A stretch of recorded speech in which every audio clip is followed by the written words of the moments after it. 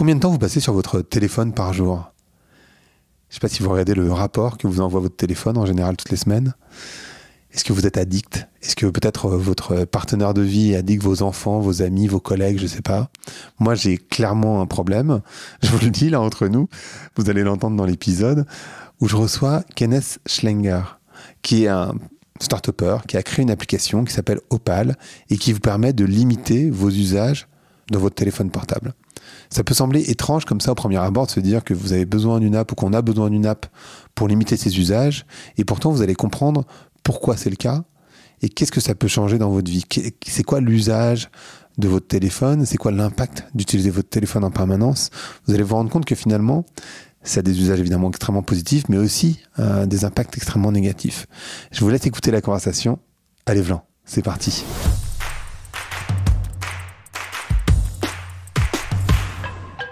Bonjour à toutes et à tous. Bonjour Kenneth, comment ça va? Bonjour Greg, ça va très bien et toi? Ça va bien. Combien de temps je suis passé sur mon téléphone aujourd'hui? Attends, je vais regarder. Très bonne question. Je pense que pour démarrer cette conversation, je pense que voilà. Ma moyenne quotidienne est à 5h27. Ok. Voilà. Et je sais pas aujourd'hui précisément. Ça me dit pas. Aujourd'hui, bon, moins, parce que évidemment, aujourd'hui, je suis à 3h14, mais il est 15h30. Eh ben, écoute, c'est un début. C'est un début. Tu te situes un peu au-dessus de la moyenne. Oui, c'est sûr. Mais c'est pas trop mal. Ça va. Donc on va parler de l'addiction aux écrans. Moi je me défends toujours en disant bah oui mais moi je travaille avec mon téléphone, tu vois, faut que je sois sur Instagram, tout ça. Mais en vrai bon c'est pas une très bonne excuse.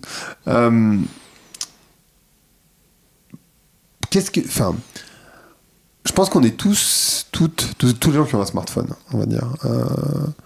Plus ou moins d'ailleurs, parce que je connais plein de gens qui sont pas du tout addicts. Mais dès que tu commences à être actif sur les réseaux sociaux, ça crée de l'addiction. Alors la problématique que je me pose, c'est est-ce que c'est les réseaux sociaux qui créent de l'addiction ou est-ce que c'est le téléphone en lui-même qui crée une addiction? Ouais. Déjà, je pense que pour te rassurer, tu es pas le seul. La plupart des gens, je pense, tu as raison, sont d'une certaine manière ont une addiction. Et des addictions, ça peut aussi être quelque chose qui a un sens bénéfique. La technologie, on l'utilise parce que c'est incroyable, ça nous permet de faire des choses qui sont folles.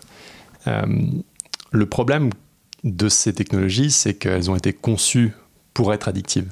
Et on peut en parler un peu plus. Mais le problème pour moi, il se situe au moment où, si tu veux, tu sors ton téléphone, tu ouvres Instagram par exemple, et 30 secondes plus tard, tu te dis mais qu'est-ce que je suis en train de faire? Je ne sais pas pourquoi je suis là, et je viens interrompre quelque chose d'important.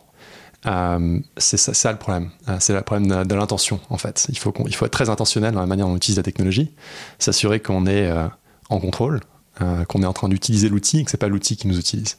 Et c'est ça qui est dur. Moi, ce que je remarque dans mes usages, souvent, j'ai besoin d'aller sur Instagram. Parce qu'en fait, le problème maintenant, c'est que les gens t'écrivent sur 15 000 plateformes différentes. Donc déjà, parfois, je me souviens plus d'où les personnes m'écrivent.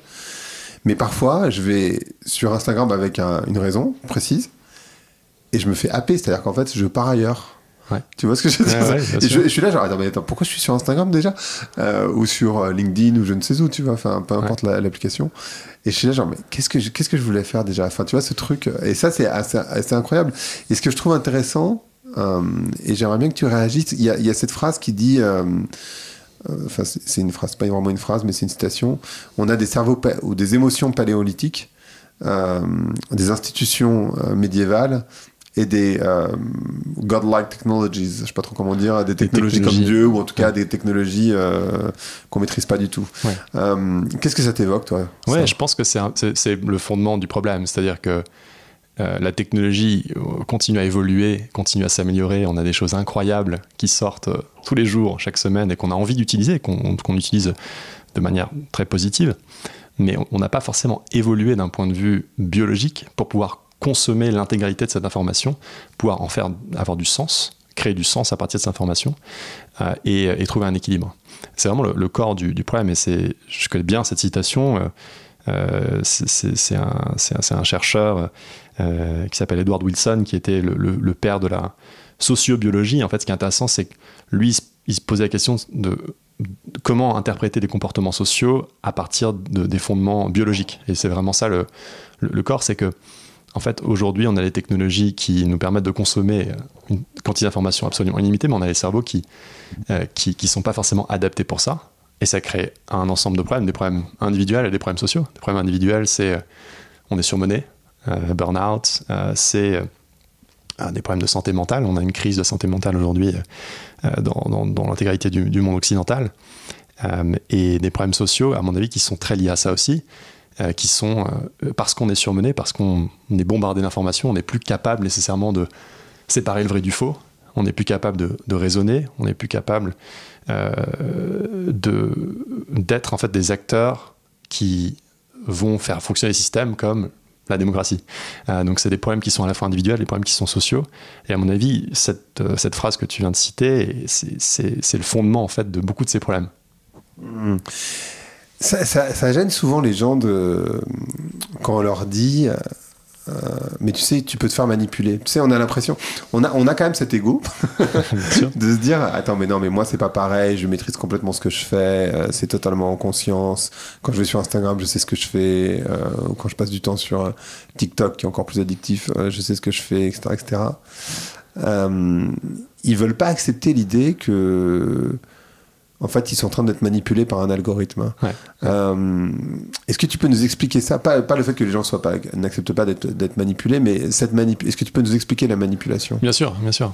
Oui, je pense que c'est une autre analogie que j'aime bien, c'est que ça, que tu demandes à quelqu'un, est-ce que tu as déjà été influencé par une publicité, par exemple ? Tout le monde va dire non, jamais. Pas du tout. Moi, je clique jamais. C'est pas pour moi. Ça, c'est pour les autres. C'est pas pour moi. Mais la réalité, c'est que c'est une industrie énorme qui effectivement change le comportement des gens. Mais on a une illusion de contrôle qui est très claire. Et c'est d'ailleurs en fait la clé des business models des entreprises qui sont parmi les plus gros success stories des dernières années, dont Facebook et beaucoup d'autres boîtes de l'économie de l'attention. C'est en fait que c'est complètement imperceptible.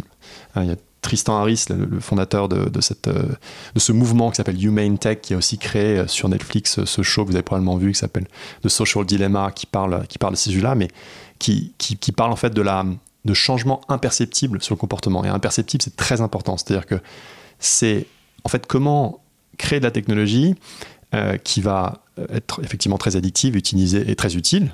Donc Instagram, Facebook, Google, d'une certaine manière, et beaucoup d'autres. Et qui va en fait de manière imperceptible changer notre comportement. Il y a beaucoup de science qui est allée là-dedans. Et c'est un business model qui est très profitable et qui a permis évidemment à ces entreprises d'investir des milliards pour travailler avec les ingénieurs les plus talentueux du monde à améliorer cette technologie, la rendre plus puissante et la rendre plus imperceptible. Moi, j'aime beaucoup aussi cette autre citation de Charlie Munger, tu sais, le cofondateur de Berkshire Hathaway, qui dit montrez-moi les incitations, je vous montrerai les résultats. En fait, pour comprendre pourquoi on en est arrivé là, il faut regarder les incitations des créateurs des technologies qu'on utilise tous les jours. Donc là, j'ai un iPhone dans la main, je crois que tu en as un pas loin aussi, oui. Développé par Apple. On utilise des logiciels comme WhatsApp qui sont développés par Meta, Facebook, Google, etc. Et en fait, il faut essayer de comprendre l'incitation qu'il y a derrière. Quel est leur business model ? Donc Apple vend du hardware, des appareils électroniques. C'est leur business model principal. Plus on utilise ces appareils, plus on va racheter le prochain appareil. Et plus on va acheter l'iPhone à 1200 €. Et donc, du coup, leurs incitations consistent à faire en sorte qu'on utilise l'appareil le plus. Et si on regarde évidemment l'économie d'attention, comme Facebook, comme Google et beaucoup d'autres, c'est encore plus direct, c'est-à-dire plus tu utilises leur logiciel, plus ils gagnent de l'argent, littéralement. Bien sûr. Et donc, le résultat, quand on a un business model qui est très profitable et des entreprises qui peuvent investir des milliards, enfin plutôt des trilliards sur de nombreuses années pour améliorer ses produits, c'est ce qu'on voit aujourd'hui, c'est-à-dire c'est les 5 heures que tu passes aujourd'hui sur ton téléphone, ce qui n'est pas énorme, mais de manière plus large. C'est pas mal quand même. C'est pas mal, mais tu vois sur une journée de vie, c'est la moitié de ma journée. La moitié de ma journée de vie, quoi. Ouais, enfin, un peu moins quand même, mais c'est beaucoup, quoi. Ouais, c'est pas mal. Sur la moyenne qu'on garde aujourd'hui, c'est pour quelqu'un qui a un travailleur d'information, un knowledge worker. Aux États-Unis, c'est 72% du temps éveillé passé devant un écran. Donc c'est à peu près les 3/4. Mais là, moi, je parle que de mon téléphone, voilà. Je parle pas de mon ordinateur. Et de... Voilà, exactement. Il y a évidemment le téléphone, l'ordinateur, la télévision et beaucoup d'autres. Pas la télé. Ouais, ça va, alors déjà. C'est déjà ça de gagner. Mais c'est aussi, j'insiste sur le fait que, parce que je suis pas du tout catastrophiste, moi je pense plutôt en termes d'opportunités, c'est-à-dire qu'on se dit, voilà, on passe tout ce temps sur ces écrans, qu'est-ce qui se passerait si on pouvait être vraiment en contrôle du temps qu'on passe, si on pouvait utiliser ce temps pour vraiment améliorer notre bien-être, améliorer les choses qui sont importantes pour nous. Ça peut être la productivité, ça peut être le bien-être, ça peut être les relations avec les autres. Et je pense que c'est pas une question fondamentalement de la technologie est mauvaise, c'est plus quelles sont les incitations des gens qui construisent cette technologie et comment on peut améliorer ces incitations ou les changer ou choisir de manière concrète et directe de par exemple d'acheter ou d'utiliser des logiciels qui sont alignés en termes d'incitation. En parlant d'intention, peut-être qu'on peut repartir de la base, c'est-à-dire, et on en parlait juste avant tous les deux, mais des études que ces personnes ont faites, que ce soit Mark Zuckerberg, créateur de Facebook, comme il s'appelle, le fondateur de... Kevin Systrom. Voilà, Kevin, qui est le fondateur d'Instagram. C'est quoi les études qu'ils ont faites à Stanford qui expliquent, parce qu'en fait, on pourrait s'en vouloir aussi individuellement, de dire, ou en vouloir à son conjoint, sa conjointe, de dire, mais... tu touches plus ton téléphone que moi, c'est quelqu'un. Par ailleurs, tu touches plus ton téléphone que tes enfants. Je sais plus, tu m'as dit le chiffre, mais je me souviens plus. On touche, on ouvre son téléphone plus de 100 fois par jour, ce qui est infiniment, enfin plus que le nombre de fois qu'on touche un être humain dans la journée, de manière assez claire. Donc on peut en vouloir à son conjoint, sa conjointe, et en même temps, est-ce qu'il faut s'en vouloir à soi-même ou est-ce que, enfin, comment ça a été conçu, comment on en arrive là en fait? Je pense pas qu'il faut s'en vouloir à soi-même, surtout que la culpabilité en général n'est pas positive pour un changement de comportement. Il faut plutôt en fait avoir une attitude positive que négative pour pouvoir vraiment changer de comportement, surtout dans un milieu addictif. C'est pour ça que je fais une petite parenthèse, mais par exemple, l'alcoolisme, le AA, Alcoholics Anonymous, c'est fondé sur une relation de pair, où il y a quelqu'un d'autre qui s'assure qu'on fait les choses bien, mais positive. C'est-à-dire que c'est des relations sociales qui sont positives. C'est pas on va te pointer du doigt en disant tu as fait les choses mal. Donc il faut pas je pense, sentir coupable. Mais pour revenir sur pourquoi on en est arrivé là, et surtout notamment parce que les produits qu'on utilise aujourd'hui chaque jour, ils ont été construits de manière très consciente, avec une intention très claire et des incitations très claires, qui est de maximiser l'attention, maximiser le temps passé, et avec des recherches scientifiques qui ont permis en fait d'avancer, de construire ces produits. Et tu posais la question sur les études et les fondements. Donc il y a un ensemble de chercheurs qui ont dans les 50 dernières années travaillé sur les sujets de l'addiction et travaillé sur les sujets de qu'est-ce qui fait une addiction, comment on fait pour notamment prévenir une addiction. Et aux États-Unis, à Stanford en particulier, un professeur qui s'appelle BJ Fogg qui a créé un laboratoire qui s'appelle le Behavioral Design Lab de Stanford, qui travaillait notamment ces sujets. Et en fait, ce dont on se rend compte, c'est que les entrepreneurs de la tech, notamment Mark Zuckerberg, notamment Kevin Systrom, ont étudié avec ce professeur et ce lab pour comprendre en fait les mécanismes de l'addiction et en fait comment comprendre et comment construire des loops addictives, des boucles addictives qui sont très structurées et basées sur un fondement scientifique assez fort, et ensuite comment productiser, comment les transformer en produits pour que ça puisse toucher des millions de personnes.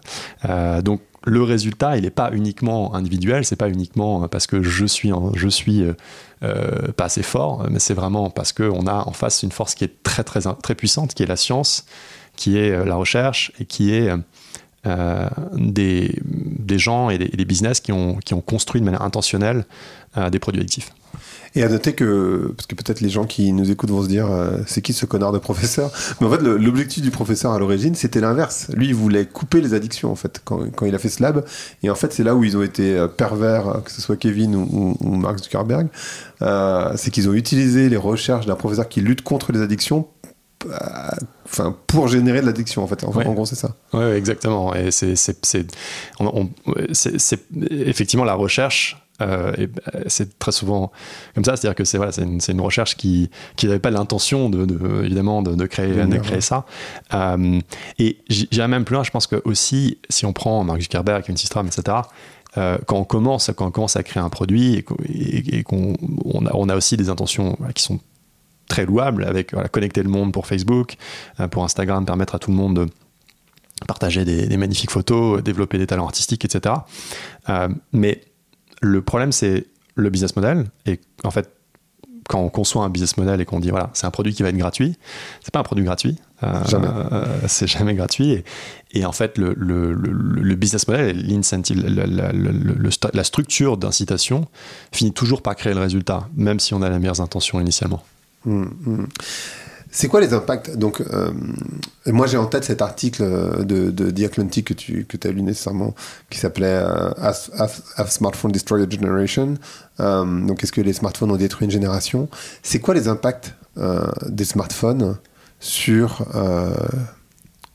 les gens et plus spécifiquement sur les jeunes? D'abord les gens et puis ensuite les jeunes. Il y a déjà moins de liens sociaux par définition. Mais... Ouais. Et je pense que donc il y a des impacts très positifs. Déjà, je veux toujours commencer par ça. Moi, j'utilise un iPhone, j'utilise beaucoup aussi. Donc moi aussi, de toute évidence. Et c'est pas pour être manichéen. Il y a beaucoup de choses incroyables. Mais j'aime bien utiliser l'analogie de la nourriture, en fait, ou de la diététique. C'est-à-dire que, en fait, quand on prend la diététique ou la nourriture, la plupart des gens savent qu'il y a certaines choses qui sont plutôt bonnes, certaines choses qui sont plutôt mauvaises, que surconsommer, en général, c'est pas très bien, qu'il faut chercher un certain équilibre. Il y a beaucoup de sciences qui existent, il y a beaucoup de coutumes qui existent aussi depuis des millénaires sur, on consomme la nourriture, c'est des repas, on s'assoit pour le déjeuner, pour le dîner, avec une famille, avec sa famille ou avec ses proches, etc. Et en fait, ce qui s'est passé dans les dernières années, c'est qu'on a créé ces nouvelles technologies. Maintenant, on peut consommer en fait cette information de manière complètement illimitée à n'importe quel moment de la journée. Et il manque, en fait, il n'y a pas de règles, il n'y a pas de coutumes, il n'y a pas beaucoup de science encore. Et donc, on est un peu laissé au dépourvu. Mais les impacts qu'on voit du côté négatif, c'est surtout la surconsommation, de manière assez claire, est liée à des problèmes de santé mentaux. Donc, la relation, elle est assez établie entre, par exemple, la consommation de réseaux sociaux et les symptômes dépressifs, notamment chez les jeunes, mais pas seulement. Des problèmes qui sont liés au sommeil. Donc on sait qu'évidemment, plus on utilise des écrans tard dans la nuit, moins on dort en général. Et là, c'est le patron de Netflix qui disait mon principal concurrent, c'est le sommeil. Ouais, c'est incroyable. Phrase, elle est dans le dos. Hein. Ouais, c'est clair. Ouais. Et c'est effectivement. Il y a des études qui sont en cours sur le burn-out, sur le surmenage aussi, et la consommation d'écran. Mais de manière générale, je pense qu'on peut dire que la surconsommation a des effets qui sont adverses, comme la surconsommation de nourriture a des effets adverses sur la santé et aussi sur la productivité. On observe aussi dans les troubles de l'attention, il n'y a pas d'effet de causalité qui est avéré encore, mais on observe des effets de corrélation où les gens qui consomment plus d'écran disent avoir plus de troubles de l'attention.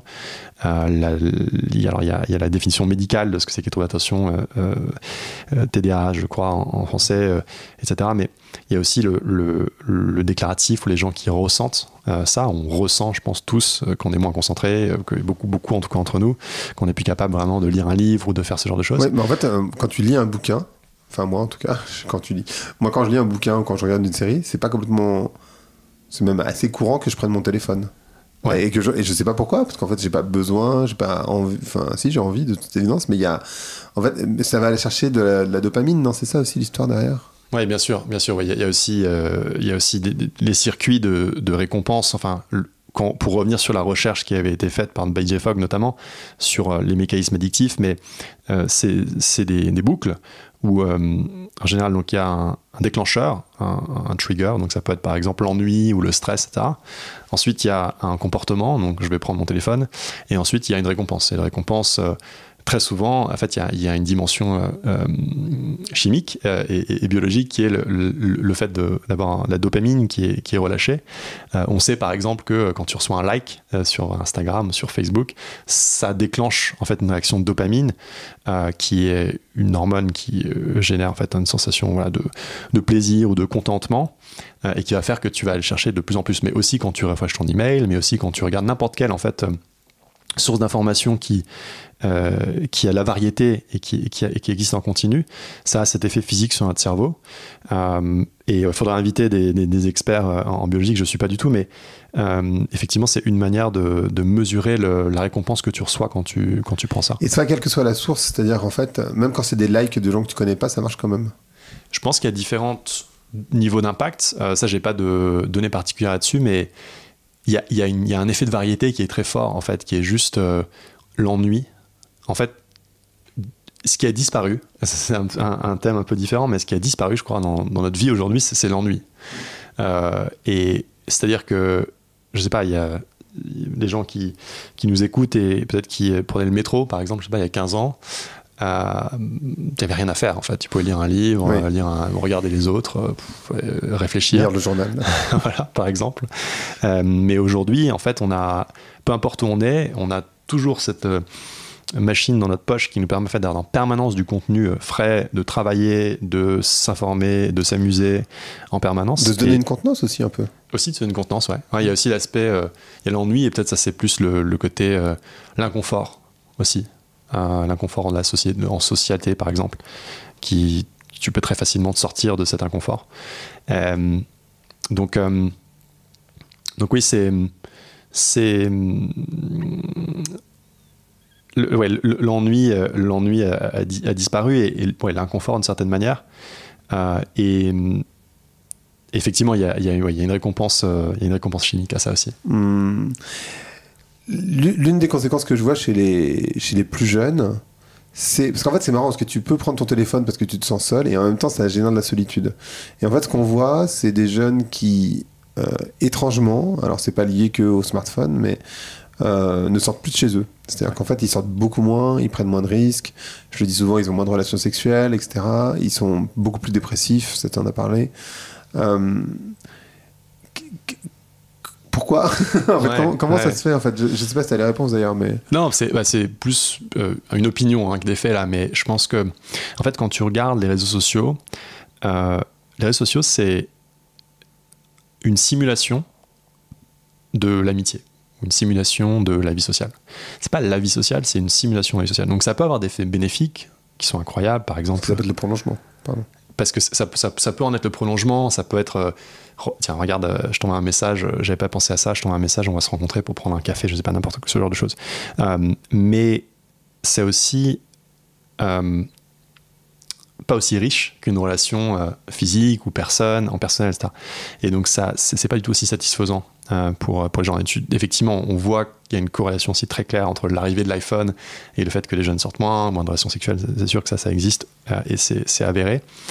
Je pense, pour être très optimiste quand même, parce que c'est important aussi. Bien sûr. Mais je crois qu'en fait, les nouvelles générations sont très très conscientes de ce problème, beaucoup plus que peut-être toi et moi. Je pense que tu vois quelqu'un qui a genre 16 ans aujourd'hui à Paris a globalement une bonne idée du fait que les réseaux sociaux c'est génial, mais ça a aussi des effets négatifs, cherche des solutions et je pense que ils seront beaucoup moins affectés en fait. Ces nouvelles générations sont moins affectées parce qu'elles vont être plus conscientes plus tôt. Je pense qu'il y a une génération qui était entre deux, un peu sacrifiée, qui a été un peu, oui, qui a vraiment été malmenée parce que c'est lancé 100% là-dedans sans forcément avoir cette réflexion. Mais je crois que ça va changer. En fait, moi, je vois deux choses. J'ai vu un article dans le New York Times de jeunes qui utilisent maintenant des Nokia, tu vois, donc pas des smartphones. Ouais. Donc vraiment des jeunes, 11-12 ans, qui veulent pas avoir de smartphone. Mais j'ai vu aussi mes potes qui ont des enfants de 11-12 ans, justement, qui crient, qui pleurent, qui font des scènes pour avoir un smartphone, pour accéder à WhatsApp, et qui critiquent leurs parents en disant « mais tu me coupes de la vie sociale », etc. À noter que les enfants de... Mark Zuckerberg, etc., n'ont pas le droit au smartphone. Ouais. Par ailleurs, ça veut un peu tout dire, mais... C'est clair. Mais on voit les deux tendances en fait. Donc c'est intéressant, c'est les jeunes, parce qu'il y a cette prise de conscience chez certains et d'autres parce qu'en fait il y a une pression sociale à avoir un smartphone aussi aujourd'hui. Parce que ça veut dire que c'est un objet qui a de la valeur et on sait bien que dans la cour de l'école, t'as envie d'être hyper normal, donc t'as envie d'être comme les autres et donc d'avoir le smartphone comme tout le monde. T'as pas envie d'être le weirdo, c'est sûr que non. Ou la personne excentrique, enfin tu vois, ça vient bien plus tard. Et puis il y a, c'est effectivement, si les boucles se font sur WhatsApp pour les plus vieux, mais quoique là c'est des gamins de 12 ans, donc ils sont sur WhatsApp comme quoi. Ça commence très tôt. Mais sur TikTok ou je ne sais où, bah du coup ça te coupe de la vie sociale d'une certaine manière aussi. Enfin, et en même temps ça transvale. C'est ça qui est un petit peu perturbant, je trouve, dans cette histoire de smartphone, c'est que tu as du bon et du mauvais. Et c'est ce que tu disais, c'est pas binaire, c'est pas noir et blanc, c'est toujours un petit peu flou. Et la question derrière, c'est évidemment comment on fait pour limiter son usage. Est-ce que c'est le Pomodoro, non, c'est ça la méthode que j'essaie d'utiliser par ailleurs, je sais pas exactement quel est le nom, mais c'est Pomodoro, où tu fais 20 minutes de concentration, 5 minutes tu fais autre chose, 20 minutes de concentration, Est-ce que ça peut être une technique? À quelle heure il faut arrêter de regarder un écran? Quels sont les impacts sur le sommeil? Je veux bien que tu me racontes ça. Oui, bien sûr. Je pense que tu l'as résumé bien en disant il y a du bon et du mauvais. C'est encore important, c'est un outil incroyable. La question, c'est pas de supprimer, la question c'est pas non plus nécessairement de juste réduire, la question c'est juste de bien l'utiliser. Et bien l'utiliser, pour moi, ça veut dire que son utilisation est alignée avec ce qu'on veut dans la vie, ce qu'on veut accomplir aujourd'hui, demain, etc.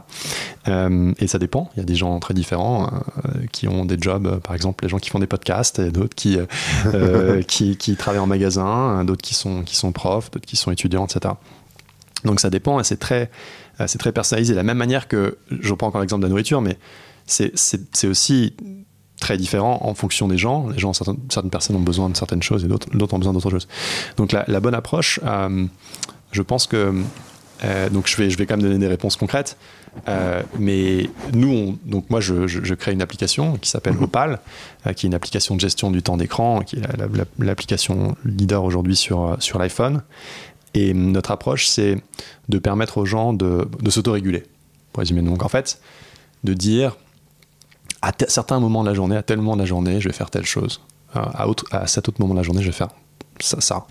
Parce que c'est ça qui est le plus important pour moi. Donc par exemple, pendant mes heures de travail, je vais limiter mon accès aux réseaux sociaux ou aux news ou ce genre de choses.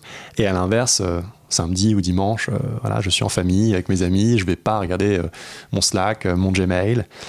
Et on met en place des mécanismes qui nous permettent de faire ça et qui permettent en fait aussi d'avoir une expérience positive plutôt que restrictive. Donc c'est-à-dire que, et c'est très subtil, mais il y a, le design, l'expérience globale transmet un sentiment positif et d'accomplissement plus que on vous a enlevé les bénéfices. Donc je pense que c'est vraiment mettre en place des plages d'horaire, des plages de la journée, à structurer sa journée, structurer sa semaine pour accomplir les choses qui sont importantes pour soi. Donc par exemple les heures de travail, par exemple le matin, c'est des moments assez clés. Donc un exemple classique qui est très utilisé dans l'application, c'est les premières heures du matin. Donc je me lève pendant l'heure qui suit mon réveil.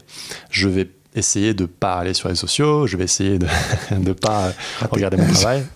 Pourquoi c'est important, le matin ? Le matin, c'est un moment qui est clé pour donner le ton de la journée. On sait que, par exemple, si... tu as une expérience difficile au sortie du lit ou quelque chose qui est peut-être triste ou déprimant, par exemple, ça va avoir un impact sur le reste de la journée. C'est pour ça que traditionnellement, le matin, on se lève, on ouvre les volets, on essaie d'aller dehors assez rapidement, avoir la lumière du soleil, par exemple, ce genre de choses. Ça va donner le ton de toute la journée et ça va être très important. C'est un moment très important, assez sacré quasiment pour le reste de la journée. C'est aussi en général un moment où on est chez soi avec son partenaire si on en a un ou sa famille par exemple, et donc c'est des moments qui sont assez précieux. le moment, c'est vraiment entre le sommeil et le début de la journée, c'est très important en fait de commencer la journée de la bonne manière, sur le bon pied. Et en fait, très souvent, ce qui se passe, c'est que si tu regardes Instagram, si tu regardes... Donc par exemple, je prends l'exemple d'Instagram, mais les réseaux sociaux de manière générale, statistiquement, quand tu sors d'Instagram, tu te sens moins bien quand tu as commencé Instagram. Et ça, pour le coup, il y a beaucoup de données là-dessus. Chez les hommes et chez les femmes, chez tous les profils? Ouais, en moyenne. En moyenne. Et c'est parce que c'est un instrument incroyable de comparaison, avec évidemment des photos qui sont mises en scène pour donner une représentation très éloignée de la réalité, et très positive et très enjolivée de la réalité. Donc le sentiment en fait qu'on a en général quand on ouvre Instagram, c'est pourquoi est-ce que ma vie n'est pas aussi cool, pour résumer. Et donc par exemple, si on commence la journée avec ça, ça peut on va avoir une émotion qui est négative, qui peut rester avec nous tout au long de la journée. C'est un exemple. Si on commence avec un email, par exemple, de son boss ou de quelqu'un d'autre qui nous énerve, ça peut aussi rester avec nous. Donc en fait, avoir un petit moment de pause, c'est assez utile. De la même manière, le soir, c'est aussi un moment assez important par rapport au sommeil, mais on sait qu'il y a une fenêtre importante à respecter, qui est respectée par très peu de monde, donc vous vous sentez pas mal si vous en faites partie. La plupart des gens, je crois que la statistique, c'était aux États-Unis, les 3/4 des gens dorment donc avec leur téléphone à côté à côté de leur lit, en général parce que c'est utilisé comme réveil. Et beaucoup n'éteignent pas leur téléphone, et aussi le mettent même pas en airplane mode, c'est-à-dire qu'ils vont recevoir des textos sur des choses pendant la nuit. C'est assez. Quand on regarde toute la population, c'est assez important. Donc, ce que les experts vont vous dire, pas uniquement d'ailleurs par rapport au téléphone, mais il faut vraiment créer un espace sacré dans sa chambre, essayer de séparer sa chambre avec les distractions possibles. Et effectivement, ça aide beaucoup moi, ce que j'essaie de conseiller à tout le monde, mettre son téléphone en dehors de sa chambre, le brancher sur le mur, potentiellement de sa cuisine ou n'importe où c'est possible. La séparation physique aide beaucoup. Et il y a d'ailleurs aussi de la science qui est liée à ça, c'est que la partie la plus profonde de notre cerveau, en fait, le positionnement des objets est très important pour... on assigne de la valeur au positionnement des objets. Donc c'est-à-dire que si on met son téléphone à côté de son lit, qu'il est éteint, on va se rappeler que ce téléphone est là, et ce téléphone, il nous rappelle beaucoup de choses. Il nous rappelle notre travail, il nous rappelle nos amis, il nous rappelle tous les messages auxquels on n'a pas répondu, toutes les possibilités des choses qu'on devrait être en train de faire et qu'on n'est pas en train de faire. Et ça va avoir un effet néfaste sur notre sommeil. Tu parlais tout à l'heure de l'ennui. C'est quoi le rôle de l'ennui? C'est une bonne question. Moi, j'ai une opinion là-dessus aussi, mais je pense que l'ennui et le repos sont assez liés. Le repos, c'est important. C'est un moment où on n'est pas en train de produire, on n'est pas en train d'optimiser. D'optimiser, exactement. Et je pense, en tout cas, dans mon expérience, l'ennui, c'est peut-être le moment où c'est ce qui précède le moment le plus créatif. Si on est en permanence stimulé, je pense que c'est très difficile de créer quelque chose de nouveau. Donc je pense que ça, c'est un rôle important. D'ailleurs, tu vas avoir beaucoup de gens qui vont te dire j'ai eu cette idée sous la douche. Mais peut-être que c'est lié au fait que, en l'occurrence, sous la douche, aujourd'hui, en tout cas, tu n'as pas de téléphone. Enfin, moi, en tout cas, j'ai pas de téléphone sous la douche. Et peut-être que c'est lié, en fait. C'est-à-dire que d'un coup, oui, tu as des idées sous la douche parce que c'est un petit moment, ça dure pas très très longtemps. Mais néanmoins, t'as pas d'écran, t'as pas de sollicitation et tu t'ennuies plus ou moins parce que t'es en train de faire quelque chose, mais c'est finalement assez méditatif de prendre une douche. Totalement, je pense que tu as totalement raison. Je pense que c'est aussi, d'ailleurs, la raison pour laquelle tu as des activités qui deviennent de plus en plus populaires. Le yoga, par exemple, pour moi, et la méditation, c'est des exemples importants. En fait, ça fait partie des seules activités acceptables aujourd'hui où, en fait, il n'y a pas de téléphone. Donc, je pense que c'est pour ça que ça a de plus en plus de valeur. Ouais. Ce que tu dis, ça me fait penser aussi à ce que raconte Esther Perel sur deux choses. Donc Esther Perel, que j'ai reçue sur le podcast, c'est l'épisode 40. Donc c'est une thérapeute spécialisée sur le couple. Et elle dit deux choses. La première, c'est alors je ne sais plus exactement l'expression qu'elle utilise, mais tu sais, cette présence paradoxale finalement, où l'autre, le compagnon, la compagne est présente, mais en fait, pas vraiment, puisqu'elle est sur son téléphone. Et ça crée une détresse d'abandon chez l'autre. C'est la première chose. Et la deuxième chose qu'elle racontait, c'est connexe, mais c'est pas lié, où elle dit à New York, où elle vit, donc les gens sont tout le temps busy, il faut prévoir 3 semaines à l'avance, c'est toujours compliqué de les voir. Et pourtant, quand tu leur demandes de bloquer une demi-journée, c'est possible, parce qu'en réalité, la majorité, ils restent chez eux. Et en fait, ils font rien, ils sont en train de regarder Netflix ou d'être sur leur téléphone. Et donc ils disent qu'ils sont occupés, mais finalement, la réalité, c'est que ils font pas grand-chose. Et ça me fait penser, tu vois, moi, quand je regarde mon temps sur mon téléphone, tu vois, je me dis, ah oui, j'ai pas eu le temps d'appeler un tel, ou j'ai pas eu le temps de faire ci, de faire ça, peut-être que je voudrais écrire un 2e livre, etc. Et je me dis, 5 heures par jour. Enfin, tu vois, alors je pourrais sans doute pas supprimer l'intégralité des 5 heures, parce qu'il y a aussi des choses que je fais qui sont professionnelles, mais néanmoins, c'est 5h30, quoi. C'est énorme. Enfin, dans une journée, c'est vraiment beaucoup. Si tu cumules sur un mois, simplement, tu vois, t'arrives vite à 150 heures, quoi. Donc, c'est énorme. Et donc, ça te libère un temps hallucinant, finalement. Ouais. Ou plutôt, ça te le prend. Et je pense que c'est la vision optimiste des choses. C'est-à-dire qu'en fait, du coup, on a tous ces opportunités incroyables de prendre des décisions qui peuvent nous permettre de faire ce qu'on a envie de faire, que ça soit passer du temps de qualité avec les gens, comme tu dis, de trouver 1 heure pour appeler telle personne, pour prendre un café avec la personne, pour juste s'asseoir et parler avec quelqu'un, pour faire un hobby, pour apprendre un instrument de musique, enfin, je veux dire, tout est possible. Et on a tous en fait cette opportunité aujourd'hui. Et en fait, d'une certaine manière, le côté très positif de ces technologies, c'est que en fait, on est beaucoup, beaucoup plus productif en réalité, théoriquement. C'est-à-dire qu'on peut faire beaucoup, beaucoup plus de choses. Ça dépend des gens qui ont des travaux qui utilisent moins ces technologies. Mais aujourd'hui, tu peux contacter des gens, effectivement, de n'importe où, à n'importe quel moment. Ça a beaucoup, beaucoup de valeur. Mais il faut savoir les utiliser. C'est un peu comme si, en fait, on a créé ces technologies extrêmement puissantes sans donner un manuel. C'est-à-dire un manuel, pas un manuel de comment utiliser ces technologies au sens premier du terme, mais comment les utiliser pour améliorer notre vie, en fait.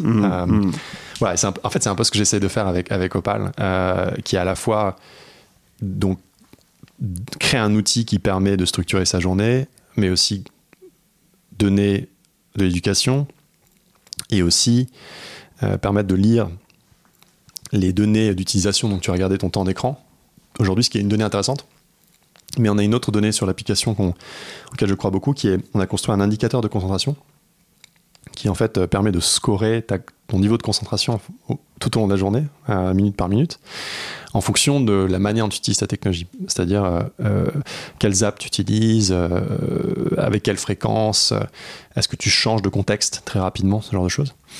Et donc certaines applications, par exemple si tu ouvres TikTok et que c'est une application qui est très distrayante, donc ça va faire diminuer ton score de concentration. Si tu restes sur Notes, je sais pas, pendant 20 minutes d'affilée, c'est plutôt une utilisation concentrée. Et en fait on va pouvoir déduire un indicateur de concentration qui peut te permettre de comprendre aussi les moments de la journée auxquels je suis plus distrait. Est-ce que c'est les moments où je suis fatigué? Est-ce que c'est les moments où je suis... peut-être que je travaille trop, et qu'en fait c'est peut-être pour ça aussi que je me déconcentre trop facilement, que j'ai besoin de me reposer tout simplement. Peut-être que c'est parce que je fais quelque chose qui ne m'intéresse pas. Et donc en fait, voilà, développer des instruments pour pouvoir en fait permettre à un maximum de monde de bénéficier de cette opportunité incroyable de mieux utiliser la technologie en fait. Mais est-ce que c'est pas étrange de se dire est-ce qu'on peut pas s'auto-contrôler? C'est-à-dire que je connais des gens qui suppriment par exemple Instagram de leur téléphone et qui n'y accèdent que depuis soit un iPad, soit depuis l'ordinateur. Est-ce que ça c'est pas une option? Est-ce que tu peux pas t'auto-contrôler? Est-ce que tu as vraiment besoin d'une app pour t'aider? Parce qu'en fait c'est bizarre de se dire je vais devoir avoir besoin d'un outil pour me contrôler, tu vois, c'est un peu frustrant de se dire comment ça se fait que je suis pas capable de le faire moi-même en fait. Non, c'est évidemment, et certaines personnes y arrivent très bien, c'est possible. On peut effectivement supprimer les applications, on peut, évidemment c'est un coût. Le coût c'est de ne pas pouvoir bénéficier des côtés positifs de cette app, de ne pas savoir ce qui se passe, de ne pas pouvoir contacter ses amis, etc. Donc en général c'est un coût qui est trop important pour la plupart des gens, ou en tout cas ils vont le faire temporairement, ensuite ils vont revenir. Et ouais, c'est bizarre, effectivement. On vit dans un monde bizarre, mais en même temps, il faut comprendre que toutes ces technologies qu'on utilise, elles n'existaient pas il y a quelques années. Et ça revient à l'illusion de contrôle, c'est qu'en fait, on a une illusion d'être vraiment en contrôle, mais ce qui devient assez clair, c'est que on ne l'est pas pour la plupart d'entre nous, et qu'en fait, on a peut-être besoin d'aide. Et c'est pas grave d'avoir besoin d'aide. Ça peut être un outil. Je pense qu'il y a aussi l'éducation qui est très importante. Tout simplement, on ne connaît pas les choses dont on vient de discuter aujourd'hui. La plupart des gens ne sont pas au courant de ça. Et donc, je pense que ça, c'est très important. J'ai plein de livres aussi que je peux citer qui peuvent aider à prendre conscience du sujet, qui existent, des méthodes, des livres. Et je pense qu'on va venir à un moment où on va apprendre à l'école, en fait, ce genre de choses, de la même manière que aujourd'hui on apprend par exemple la nutrition. Ça fait partie de... J'ai un fils qui va à la crèche. À la crèche, déjà, on introduit les différents types de nourriture, on leur explique ce que c'est, pourquoi c'est important, pourquoi les légumes, pourquoi les fruits, etc. On va arriver à ce genre de niveau d'éducation aussi pour la société, et pour permettre aux gens de savoir ce qui est bon, ce qui est mauvais pour eux. Mais aujourd'hui, ça n'existe pas encore. On a créé en fait toutes ces technologies qui sont très addictives et qui sont incroyables, et on n'a pas encore créé l'éducation, les coutumes et les outils qui permettent en fait de faire en sorte que elle nous bénéficie à nous, en fait.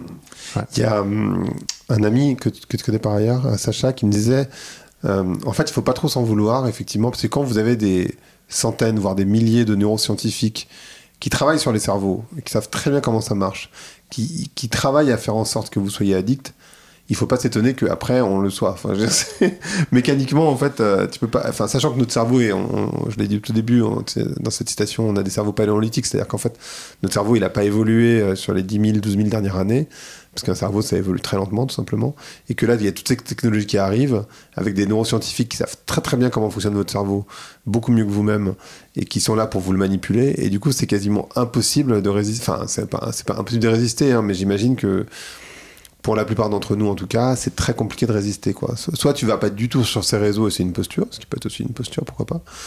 Soit t'as pas d'usage du web social, tu vois. Typiquement, je pense ma mère qui est pas du tout, tu vois, addict à ce genre de truc.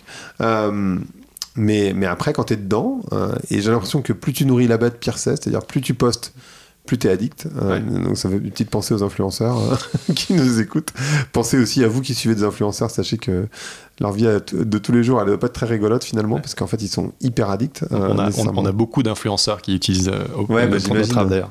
Ouais. J'imagine. Parce qu'en fait, c'est quand t'es influenceur, et c'est un peu mon cas d'une certaine manière, tu vois, t'es tout le temps sur les réseaux, enfin pas tout le temps, mais quand même beaucoup, de toute évidence. Et parce qu'en fait t'as des gens qui te parlent, t'as des messages privés, t'as des interactions, et donc tu as tendance à vouloir les voir, à vouloir répondre, à vouloir réagir quand c'est nécessaire, etc., etc. Et du coup ça crée encore plus d'addiction. Donc en fait finalement les influenceurs sont peut-être les personnes les plus malades. Je compatis, et c'est pas facile. Et les influenceurs et ceux qui travaillent aujourd'hui en marketing, ouais. ceux qui sont, il y a beaucoup de gens qui finalement par exemple, les réseaux sociaux font partie du travail de beaucoup de types de professions différentes. Bien sûr. Des entrepreneurs, des gens qui sont, je sais pas, designers, qui doivent vendre leurs services, etc. Donc c'est vrai que c'est pas aussi facile que.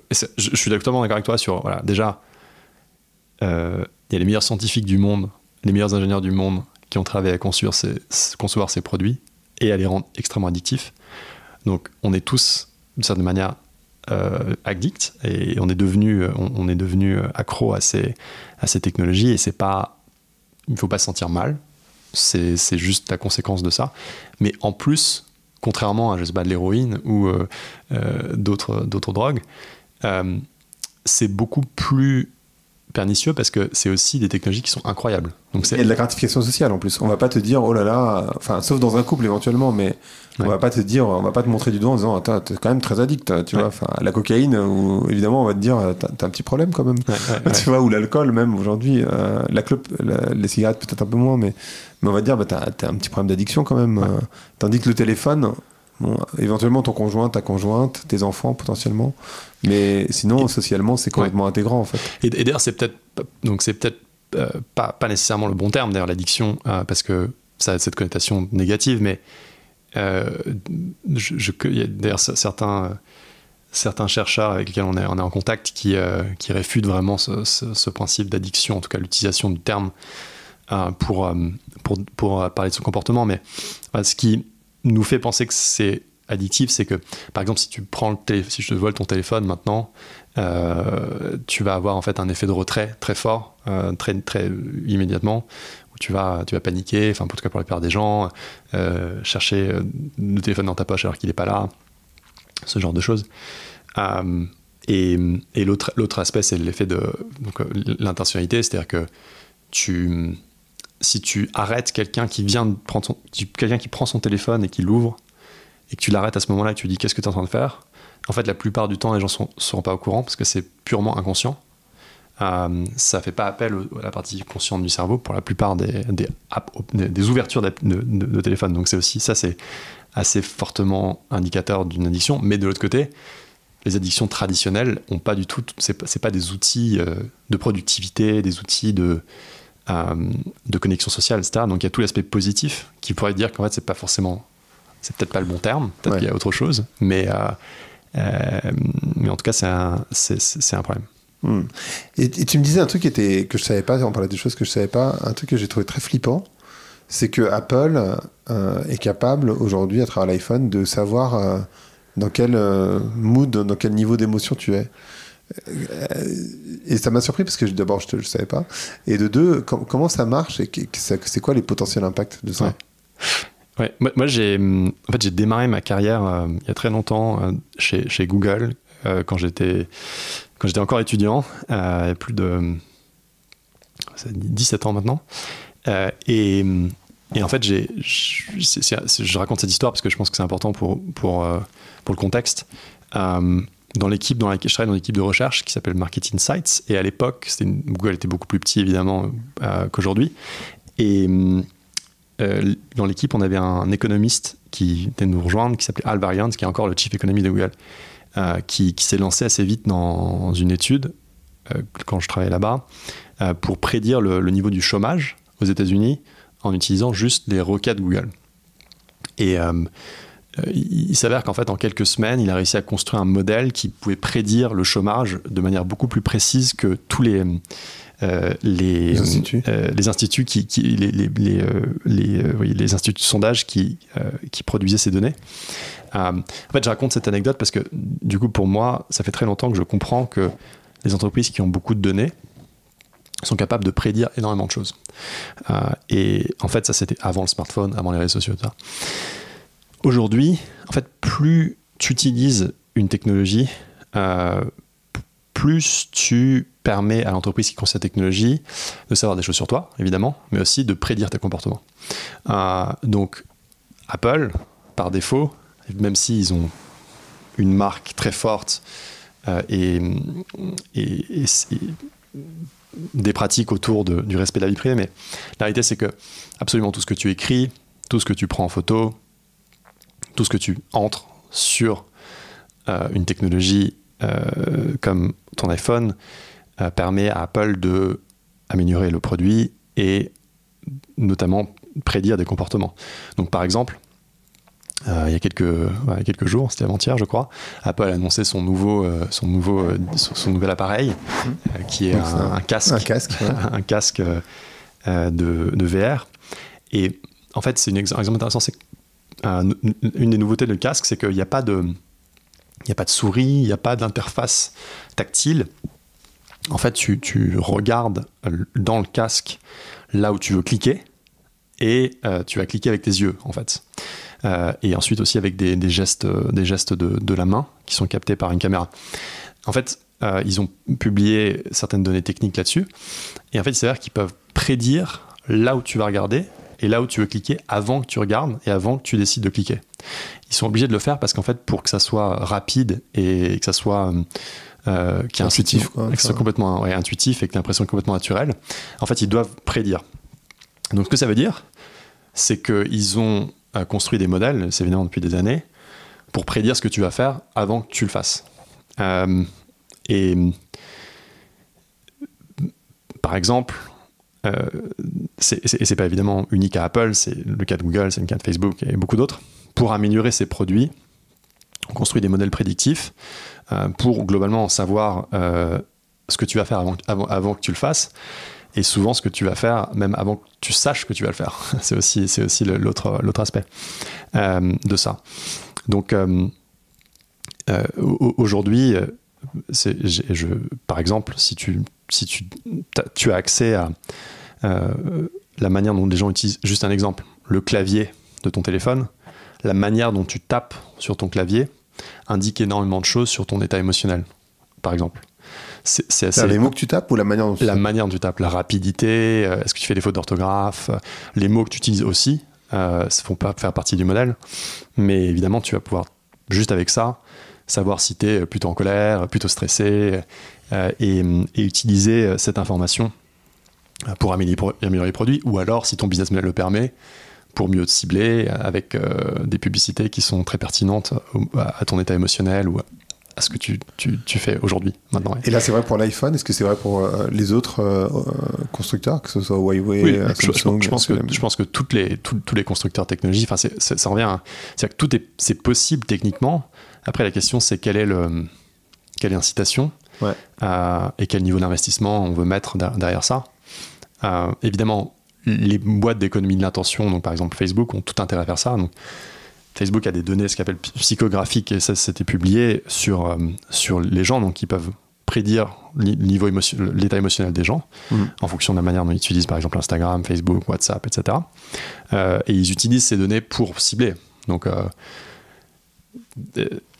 précisément, ça, on ne sait pas, mais globalement, c'est des données qui permettent de te vendre des choses. Ouais.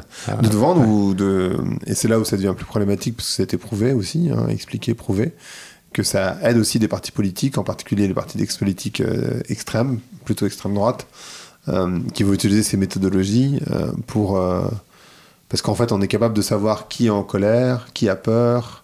Enfin, c'est très étonnant, mais c'est tout ce que montre The Social Dilemma dont tu parlais tout à l'heure. Hein. Ouais. Je me souviens plus du titre en français du documentaire, je me souviens plus. Mais et ils vont utiliser ces technologies-là. Maintenant, ils ont été pointés du doigt, donc ils vont moins le faire, j'imagine. Mais aujourd'hui, on est capable de dire, cette personne-là, elle est dans la peur, etc. Hop, allez la cibler sur tel sujet. Et en fait, on sait qu'elle va aller voter. L'insécurité. Voilà, par exemple. Ce genre de choses. Ouais.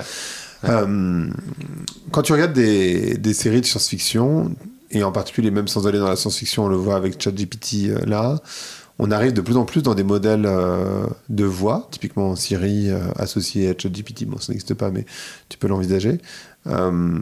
Facilement, je veux dire, où donc, du coup, tu n'as plus l'interface du téléphone, tu as une interface vocale, avec de l'autre côté un appareil qui te répond, en fait. Un petit peu comme Her dans le film. Là, je pousse un petit peu le bouchon parce qu'on n'est pas là, mais même que si, il y a quand même pas mal de gens qui y travaillent l'un dans l'autre. Ou tu parlais tout à l'heure du casque de VR, mais en fait, dans les films de science-fiction, tu as parfois un hologramme, t'as vraiment cette interface voix et t'as plus d'écran. Est-ce que du coup, comment on peut envisager ça ? C'est-à-dire que je sais qu'à travers la voix, tu peux encore plus analyser l'état émotionnel de la personne, ça c'est très clair. Mais comment on peut envisager l'évolution des choses ? C'est-à-dire est-ce qu'on sera toujours addict à ces appareils si on les regarde plus ? Est-ce que le regard finalement a un rôle important ? C'est une bonne question. Je pense qu'il y a beaucoup de choses bénéfiques qui vont venir des nouvelles technologies qui arrivent, que ce soit d'ailleurs le casque VR ou potentiellement des technologies qui remplacent le téléphone, qui soient par la voix. Une des choses importantes, c'est que, en fait, aujourd'hui, quand on passe 5 heures, comme tu dis, 5h30 sur son téléphone, ça veut dire qu'on est 5h30 en train de regarder un écran plat, avec de la lumière LCD. Un petit écran. Un petit écran, exactement, qui a donc... Physiquement, déjà, on a une posture qui n'est pas très naturelle. On est tous courbés, globalement, pour regarder notre téléphone. On est plutôt statique. Donc, un des effets bénéfiques, c'est que ça sera peut-être plus naturel. C'est-à-dire que la voix, c'est plus naturel. Notamment, c'est-à-dire que tu peux te déplacer, tu peux marcher... Tu peux aller n'importe où, au soleil, etc. Donc il y a moins de contraintes par rapport à ça. Donc je pense que ça c'est un aspect bénéfique, mais le danger, c'est que ça va devenir encore plus une partie intégrante de tous nos aspects de notre vie. Enfin, je pense que la vision d'Apple avec cette nouvelle technologie est assez claire, qui est que aujourd'hui c'est la première version, mais à terme ça va devenir beaucoup plus léger, beaucoup plus transparent. Je pense qu'on peut l'imaginer comme des lunettes de vue, en fait, vraiment. Donc quelque chose qui est aussi facile à mettre que des lunettes de vue et qu'on peut porter en fait 24/24. Pendant toute la journée et potentiellement aussi pendant la nuit, qui nous en fait crée une expérience complètement immersive, donc en 3D avec du son spatial, donc vraiment pour répliquer la réalité, et avec une notion transparente, donc c'est-à-dire que tu peux quand même être présent, tu peux quand même effectivement écouter quand tu es en train de te parler, mettre de côté la technologie, écouter quand on est en train de parler. Le danger, c'est que on en revient en fait aux incitations. C'est en fait quelle est l'incitation des gens qui téléchargent, qui créent cette technologie. Et en fait, quand tu passes 100% de ton temps à interagir avec une technologie, il faut se poser la question de l'incitation. C'est-à-dire, tu remets en fait ta vie d'une certaine manière entre les mains de développeurs qui ont créé ces technologies. Est-ce qu'ils sont là pour faire en sorte que tu aies une bonne vie, ou est-ce qu'ils sont là pour faire en sorte de vendre des nouvelles technologies, des aspirateurs et des services. Donc je pense qu'en fait on devient plus vulnérable à ça. Et il faut vraiment se poser la question de savoir, est-ce que je suis en contrôle de ma vie, ou est-ce que je suis vraiment en train de vivre une vie très passive. Est-ce que l'une des clés aussi pour les gens qui n'ont pas Opal, c'est pas de prendre un plus petit écran? En fait, j'ai cru comprendre que plus ton écran était petit, moins tu regardais ton téléphone. Ouais. Même quand c'est un smartphone. Ouais, c'est assez intéressant. On a des données d'ailleurs là-dessus assez claires à travers d'applications, mais il y a une relation très claire entre plus ton téléphone est grand, plus tu passes du temps dessus. Ça peut clairement être une solution. Tu peux évidemment décider d'avoir un téléphone plus petit. Ça peut être une restriction que tu veux mettre dans ta vie. Il y a des gens, comme tu disais, qui sortent de smartphone ou alors qui ont un téléphone secondaire et qui disent voilà, mon smartphone il est à tel endroit et je vais prendre un Nokia ou un téléphone très basique pour quand je sors de la maison, par exemple. Il y a tout un tas de solutions comme ça. Et je pense que ça peut évidemment faire partie de la solution, mais c'est très, ça dépend vraiment de chacun. Il n'y a pas vraiment de solution unique. Il y a aussi une entreprise que j'aime beaucoup aux États-Unis qui crée un téléphone qui s'appelle le Light Phone, qui a en fait un téléphone inintelligent, donc pas un smartphone, mais qui quand même te permet de te connecter à WhatsApp, d'avoir Google Maps, d'avoir un peu des services essentiels, et qui est vraiment designé de manière très pure, avec en noir et blanc, très peu distrayante. Ah, c'est le Kindle du téléphone, quoi. Ouais, exactement. Exactement. C'est un Kindle du téléphone, et ça peut aussi être une solution pour pas mal de gens. C'est intéressant. Et alors, juste parce qu'on n'en a pas du tout parlé, comment à travers une application comme Opal, tu peux limiter? Donc, ça veut dire que c'est quoi? Ça bloque? Parce que est-ce que tu as vraiment envie? Parce que quand tu bloques les applications, c'est frustrant. Ouais. Est-ce que ça bloque? Comment ça marche concrètement? Ouais, concrètement, tu télécharges l'application aujourd'hui, ça fonctionne sur iPhone, ça fonctionne aussi sur ordinateur, c'est en extension Chrome. Et en fait, on va pouvoir... Pas sur Android, c'est ça? Pas sur Android encore. Et en fait, on va pouvoir... On a accès aux données d'utilisation de ton téléphone à travers, d'une manière sécurisée, à travers une API qu'Apple a construite. Donc c'est 100% sécurisé. C'est-à-dire, quand je dis nous, c'est l'application localement, mais on ne récupère pas cette information, on n'en fait rien. Mais ce que ça te permet, ça te permet en fait d'analyser du coup la manière dont tu utilises ton téléphone, de donner un score de concentration, de comprendre en fait tes tendances et ton évolution, de manière beaucoup plus poussée que ce qui existe nativement sur l'iPhone. Et par ailleurs, donc, de bloquer effectivement des applications avec différentes manières. Donc, la manière la plus utilisée, c'est de dire, en fait, par défaut, je vais ouvrir Twitter, par exemple, et pendant mes heures de travail, tu vas pas pouvoir accéder à Twitter, tu vas avoir un écran qui te dit que c'est pas possible, mais tu peux retourner dans l'application Opal et dire, je veux utiliser Twitter pendant 2 minutes, et pendant 2 minutes, on va te permettre d'utiliser Twitter. Et en fait, la différence c'est que du coup, tu enlèves le problème de l'ouverture compulsive où tu réfléchis pas vraiment pourquoi tu es là. Tu rajoutes un tout petit peu de friction et en fait, tu déclares le temps que tu vas passer avant et après, ça s'arrête. Donc ça, c'est juste un changement léger, mais en fait, qui te fait gagner beaucoup de temps en général parce que du coup, tu as une intention en tête, tu dis, je vais regarder tel truc, je vais regarder tel profil. Et du coup, mon temps est compté. Donc et ton temps est compté et automatiquement, ça va le faire. C'est marrant de remettre de la friction. Ce qu'on appelle de la friction, juste pour les gens qui nous écoutent, dans la tech, c'est des... En fait, on a essayé, enfin, les boîtes de tech ont essayé de faire des services, donc on appelle frictionless, donc sans friction, c'est-à-dire en français on dit sans couture, c'est-à-dire en fait tout est lisse, c'est très facile, c'est très fluide, tout est simple, etc. Et toi ce que tu dis c'est on va remettre de la friction pour que ça complexifie un peu l'usage, quoi. Ouais. En fait c'est comme si ton smartphone aujourd'hui c'est comme si je sais pas, tu prends ta gourmandise préférée, ton snack préféré, t'en as de manière illimitée. Est-ce que à côté de ton lit, tu mettrais probablement pas, je sais pas si t'es fan comme moi des fraises Tagada, exactement, une piscine de fraises Tagada ouverte à côté de ton lit, parce que si tu mets une piscine de fraises Tagada ouverte à côté de ton lit, tu vas probablement manger beaucoup de fraises Tagada. Plus qu'aujourd'hui, c'est sûr. Plus qu'aujourd'hui, exactement. Donc tu mets des fraises Tagada, peut-être t'en as pas beaucoup, elles sont dans un placard avec une clé, quelque part, peut-être avec une clé, mais rien que le mettre dans un placard, déjà, ça veut dire qu'il faut que tu aies la cuisine, que tu ouvres. Donc c'est de manière naturelle, je pense, dans la vie de tous les jours, on met des coutures ou de la friction pour guider nos comportements. Et c'est pas le cas sur le smartphone, donc effectivement, on le rajoute avec l'application et après tu peux paramétrer différentes choses. On a un mode aussi qui s'appelle timeout où en fait il y a un compteur où la première fois que tu utilises, par exemple, je prends Twitter comme exemple, tu ouvres Twitter, tu vas pouvoir le faire immédiatement. La deuxième fois, on va te faire attendre 3 secondes. La troisième fois, on va te faire attendre 5-6 secondes, ça. Et c'est basé sur des études qui montrent que en fait, si tu rajoutes un coût ou une friction de plus en plus importante, tu décourages le comportement. Donc il y a différents types de paramètres comme ça. Et on commence aussi de plus en plus à trouver en fait des moments de la journée, même sans que tu paramètres. Donc là aujourd'hui c'est principalement, je vais dire pendant mes heures de travail, ou le matin, ou le soir, ou le week-end, tu paramètres en fait ces plages horaires et on va mettre en place ces comportements automatiquement. Et de plus en plus on est en train d'introduire aussi, juste une fois que tu as l'application installée, on va identifier les moments où tu es distrait et juste le moment où tu ouvres Instagram à ce moment-là, on va te donner un message qui est personnalisé, qui va dire hey Greg, ça fait 50 fois que tu ouvres Instagram dans les 2 dernières heures, est-ce que tu es sûr que tu veux faire ça? Tu peux, il n'y a pas de problème, tu peux dire oui, ou tu peux dire non, peut-être pas, en fait je ne savais pas, je n'étais pas conscient, et on va t'aider en fait à reprendre un petit peu de conscience.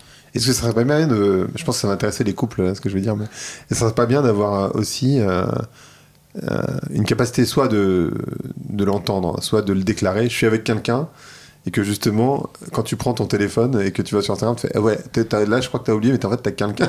En fait là t'es avec des gens. Donc concentre-toi sur la réalité plutôt que d'aller sur une application. C'est une bonne idée. C'est une bonne idée. On va probablement le rajouter. On a des couples qui l'utilisent vraiment. On a une fonctionnalité aussi qui est intéressante, c'est que ces plages horaires, donc on appelle ça des sessions dans l'application. En fait, tu peux les partager avec quelqu'un. Donc par exemple, moi je peux t'inviter à ma plage horaire et si tu acceptes, en fait, tous les deux, on sera off d'Instagram, Twitter, des outils que tu t'as définis. Ouais. Donc, par exemple, le soir, il y a beaucoup de couples qui l'utilisent en disant, voilà, pendant, je sais pas, de 21h à 22h, à tel jour, on va décider d'être présents ensemble et on va faire ce pacte mutuel, en fait, où on va pas être distrait à ce moment-là. Et d'ailleurs, on l'a pas dit tout à l'heure, mais c'est important de le dire, sur les enfants en particulier, les enfants sont des buvards. Donc en fait, on peut pas se plaindre de l'usage de nos enfants si nous-mêmes, nous avons ces usages. C'est-à-dire que si ton enfant, il te voit sur ton téléphone en permanence, bah, ça lui donne l'envie d'abord déjà d'en avoir un. Et puis surtout, ça lui donne l'information que c'est pas un problème d'être sur ton téléphone en ayant la présence d'autres personnes. Totalement. Et c'est très dur. J'aimerais avoir une solution plus facile pour les parents. Moi, je suis parent moi-même, mais c'est un sujet constant. Mais effectivement, ça démarre par le comportement des parents, clairement. Et l'autre, ça c'est la première chose, qui est beaucoup plus dur à avaler évidemment que juste de dire, bah, je vais pas lui donner le téléphone ou je vais lui restreindre l'accès à certaines choses. Mais l'autre aspect qui est assez intéressant, c'est que Donc il y a une étude qui est très concluante sur le sujet, qui montre que en fait, l'autorégulation. Alors en fait, pardon, il y a deux choses différentes. Il y a les enfants, disons, avant 12 ans, vraiment enfants, on va dire, et après il y a pré-ados et ados qui sont deux choses différentes. Les enfants, j'en parle pas vraiment sur ce sujet-là, mais disons après 12 ans, en sachant que le moment où les gens achètent un smartphone en moyenne, aux États-Unis c'est 12 ans, je crois qu'en France, j'avais lu 13 ans, je sais pas exactement quel est le chiffre, mais c'est à peu près. C'est plus ou moins la même chose. Mais... C'est à peu près l'âge. En fait, à partir de ce moment-là, c'est l'autorégulation qui marche beaucoup mieux que la restriction. Et en fait, ce que ça veut dire, c'est que c'est assez intuitif aussi, c'est que si tu dis à ton enfant, par exemple, t'as pas le droit d'avoir de Coca-Cola du tout, jamais, pendant toute ton enfance, dès qu'il aura l'occasion de boire du Coca-Cola, il va en boire. Il va te boire la bouteille. Il va boire toute la bouteille. Par contre, si tu arrives à lui expliquer, lui dire, voilà, c'est pas génial, pour telle et telle raison, moi voilà ce que je fais, j'en prends un peu de temps en temps, ça va, mais à d'autres moments je bois pas de coca pour telle raison, parce que c'est sucré, parce que etc. En fait c'est beaucoup plus puissant. Et après de discuter avec l'enfant, dire et toi qu'est-ce que t'en penses, ou l'adolescent, quelles sont les règles que toi tu veux mettre en place, et en fait après lui donner un outil. Et d'ailleurs, ce qui est intéressant, c'est qu'on voit de plus en plus, même si c'est pas notre cible principale, c'est pas vraiment ce qu'on cherchait à faire, mais on a de plus en plus de collégiens et de lycéens qui eux-mêmes en fait installent l'application, mettent en place leur propre régulation et leurs propres restrictions sans l'accord, enfin sans demander à leurs parents. En fait, ils le font eux-mêmes. Par certains demandent à leurs parents après et ils le font avec eux, mais on a un pilote en cours aujourd'hui aux États-Unis dans un lycée qui a acheté des licences pour 850 lycéens et qui leur a donné. Et en fait, la raison pour laquelle ça s'est fait, c'est parce que les lycéens ont dit à leur établissement qu'en fait ils utilisent certains qui ont dit qu'on utilisait cette application, que c'était très utile pour eux. Du coup, le lycée nous a contactés pour acheter les licences. Donc en fait, je pense que c'est pas que je suis très optimiste sur cette génération, c'est qu'en fait je pense que beaucoup sont conscients, pas tous, mais beaucoup sont conscients et cherchent des solutions et qu'on va arriver à un certain équilibre.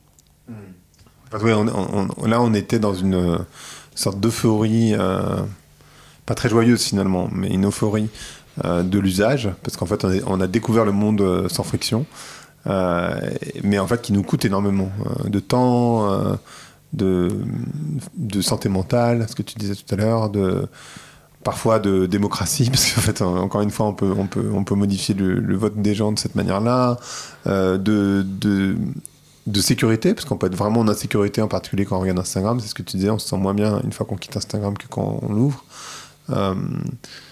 Et de faire plus de projets, d'avoir plus de créativité, enfin, c'est étonnant en fait, d'être plus concentré, de mieux dormir, ça, la liste elle est assez longue, en fait c'est ça qui est fou, mais en même temps, et c'est ce que tu disais, tu vois, moi, tu vois, alors moi je sais que j'ai un usage qui est quand même très important, hein. J'imagine que la majorité des gens ils passent pas 5h30 sur leur téléphone, je leur souhaite pas, mais tu vois, il y a des fois où tu vas dîner avec quelqu'un, tu vas dire, ah mais t'as vu ce truc, attends je t'envoie un lien. Et du coup, tu ouvres ton téléphone. Ah ouais, mais attends, je crois que je l'ai vu sur Instagram. Et du coup, hop, tu vas sur Instagram. Et t'es dans la conversation. Donc, c'est un usage voilà. Mais bon, c'est quand même pas la majorité des usages, malgré tout. C'est-à-dire que je pense que tous les gens qui vont écouter ça, ils peuvent se dire ça, bien sûr. Ouais. Mais quand même, la majorité des usages, c'est pas ça. La majorité des usages, c'est qu'à un moment donné, parce que tu vas être fatigué, parce que X ou Y, tu vas aller sur Instagram, ou tu vas aller sur Twitter, ou tu vas aller sur tes mails. Et en fait, t'es avec quelqu'un et t'as rien à y faire. T'as rien à faire. Et je parle en connaissance de cause, parce que c'est des choses que je peux faire. Hein, donc, clairement, c'est triste en même temps de se dire j'ai besoin qu'on m'aide. Ça fait très alcoolique anonyme, justement. Je suis addict et j'ai besoin qu'on m'aide. Moi, tu vois, je milite pour rendre ça complètement acceptable dans la conversation et dire qu'en fait, voilà, tout le monde est dans cette situation. Donc, en fait, à partir de ce moment-là, il faut pas se sentir coupable. Il faut plus se dire ok, très bien, c'est la situation de tout le monde aujourd'hui. Globalement, ceux qui disent qu'ils le sont pas, il y a beaucoup de gens qui mentent, mais et après il y a quelques exceptions toujours. Mais la question c'est qu'est-ce qu'on en fait et comment on trouve quelque chose qui marche pour nous, quoi. Je le dis, si t'as pas un gros usage des réseaux sociaux, finalement, il n'y a pas vraiment de raison que tu sois addict. Il y a beaucoup de différents types d'addictions. Hein, il peut y avoir les jeux aussi. Hein, parce que moi par exemple, je ne sais pas du tout les jeux, mais bien sûr, les jeux, les news. Chercher des choses sur Google, enfin je sais pas, moi des gens qui ont, tu vois, la soixantaine aujourd'hui, qui vont à un dîner, tu vois, en permanence, dire attends, j'ai oublié ce truc, je vais chercher, je vais aller sur Google, ça. Il y a beaucoup d'autres, il y a différents types. Le travail aussi est très addictif. En réalité, notamment avec la messagerie instantanée, avec Slack, avec les emails. Les emails sont extrêmement addictifs. Beaucoup d'entre nous sont aussi des travailleurs acharnés qui apprécient leur travail et qui en tirent beaucoup de choses. Et du coup, il y a beaucoup d'autres types de comportements qui peuvent être mieux régulés. Merci beaucoup, Kenneth. Le podcast s'appelle Vlan. Donc, je veux savoir à quoi tu veux ouvrir et où claquer la porte. Alors, je veux ouvrir la porte à un équilibre entre notre humanité et la technologie. Et je voudrais fermer la porte à... je crois que je vais me désabonner de ton compte Instagram. Merci beaucoup, Kenneth. Merci Greg. Merci d'avoir écouté Vlan. Si vous avez aimé l'émission, n'hésitez pas à mettre des étoiles sur vos plateformes de podcast préférées. Vous pouvez aussi partager l'épisode sur vos réseaux sociaux, Instagram Stories, Facebook, LinkedIn, où vous voulez. Je suis Grégory Pouy. Vous pouvez me retrouver sur l'intégralité des plateformes sous le nom Greg from Paris. Si vous avez des idées pour des invités, si vous avez des commentaires, n'hésitez surtout pas à m'envoyer un message. Allez, merci et à bientôt.